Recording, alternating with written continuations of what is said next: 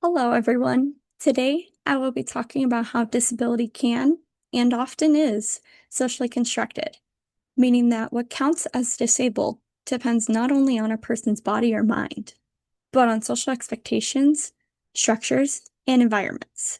I will be referencing different course materials, recent research, and a bit of my own story to show how society defines ability and how that affects real people's lives. The main idea I want to start with is this. Disability isn't just about a person's impairment. Instead, disability often comes from the mismatch between a person's abilities and the design or demands of society.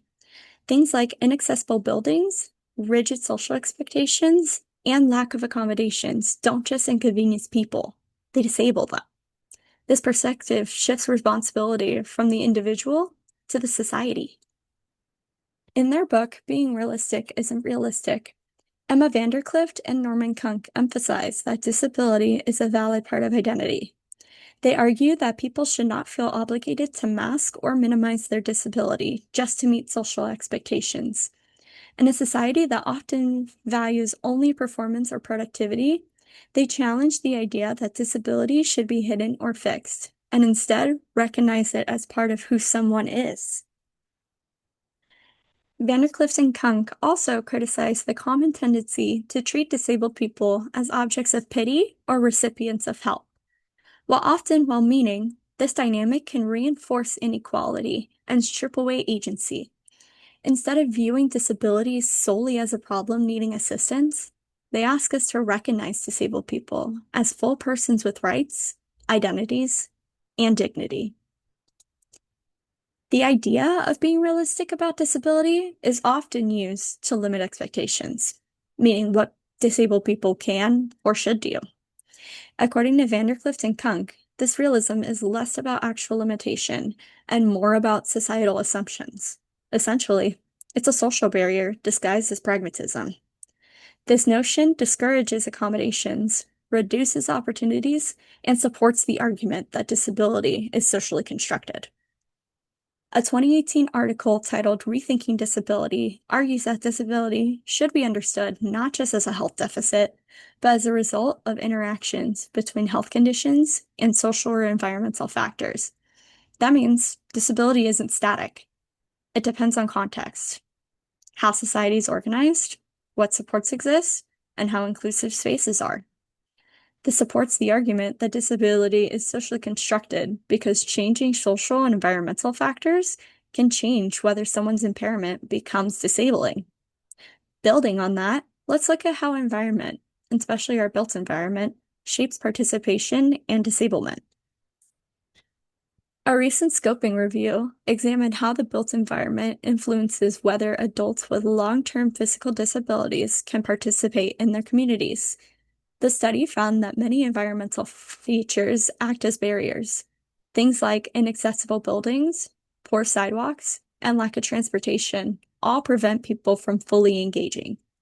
This shows concretely how social and physical designs shapes disablement, reinforcing that disability often arises from how society is built rather than just from individual impairments. One empirical study among older adults found that when built environment accessibility was good, people with disabilities reported higher well-being, more thriving, and less psychological distress. Conversely, poor accessibility was linked to worse well-being. This underscores that not only does environment affect participation, it also affects mental and social health outcomes for disabled people. Access, or lack thereof, has real psychological, social, and quality of life consequences. So far, we've defined disability as socially constructed, reviewed course-based frameworks, and looked at recent research showing how environment and design shape disablement and well-being. But these are not just abstract ideas. They play out in real people's lives. I'd like to share a personal example to illustrate this more personally and build empathy. As a child, I struggled with inattentive ADHD, but because I got straight A's in school, I was seen as completely capable. No one suspected I was struggling internally with focus, or exhaustion, or effort. To everyone else, I looked fine. But inside, I carried such a heavy mental load. As life became less structured in my adulthood, with more unpredictability and less external scaffolding, my ADHD difficulties became debilitating. So debilitating that I actually failed out of the first university I attended. After years of this struggle and different misdiagnoses throughout, I was formally diagnosed with ADHD at the age of 25. My experience shows how social expectations, such as school success and performance, can mask disability, making it invisible until the environment changes or fails to accommodate variation. That invisibility is part of what social construction of disability looks like in everyday life. This has big implications. If disability is shaped by environment and social structures, then inclusion isn't about fixing individuals. It's about transforming design, policies, attitudes, and expectations. It means we should value lived experience and identity, not just performance or visible impairment. It means advocating for accessibility, universal design, and respect for difference. I want to end with a couple of questions for you to think about out loud or to ponder as you go about your business later. First, consider your own assumptions of what normal ability means. Who do you assume is fine? And who do you assume needs help? And why do you assume those?